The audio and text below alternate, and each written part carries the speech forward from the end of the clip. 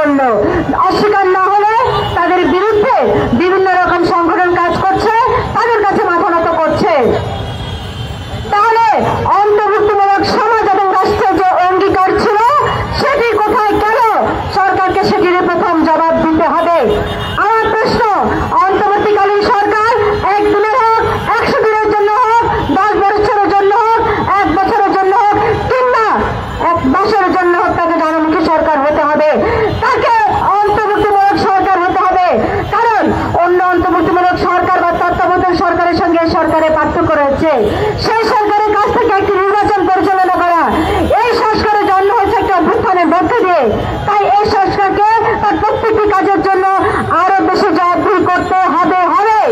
আমরা ফ্যাসিবাদী সরকারকে হটিয়ে বিদায় করেছি এই তাণ্ডব লীলা রাখার জন্য নয়।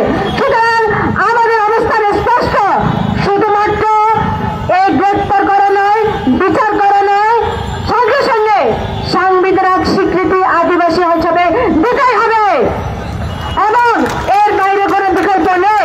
এবং অচিরে আমরা সবাই বেঁধে যেতে চাই, এই গ্রাফিতি পাঠ্যপুস্তকে যুক্ত করতে হবে। কারণ সরকার যদি কোনো একটি ব্যক্তি গোষ্ঠী কোনো প্ল্যাটফর্ম, ভুল প্ল্যাটফর্ম দাঁড়ায় এবং দাবি করে, এটা মানবে না, সরকার পরাস্ত হচ্ছে। মানের উপর টিকে আছে সরকার, সরকারকে জনমুখী হয়ে সরকারি ভাবে সরকার পরিচালনা করতে হবে। অন্তর্বর্তীকালীন সরকারকে অভ্যুত্থানের ম্যান্ডেট দিয়ে সরকার পরিচালনা করতে হবে, অন্তর্ভুক্তিমূলক অবস্থান নিতে হবে। সুতরাং ঘটনা ঘটে গেলে কাউকে গ্রেফতার করে শুধুমাত্র প্রতিক্রিয়া জানিয়ে দায়িত্ব শেষ করা যাবে না।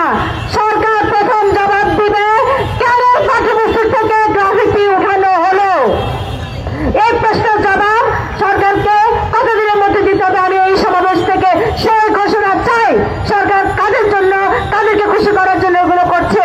সরকার সকলেই হবে, কাউকে খুশি করার জন্য না, কোনো মতাদর্শী গোষ্ঠীকে খুশি করার জন্য না, কোনো ধর্মীয় গোষ্ঠীকে খুশি করার জন্য না।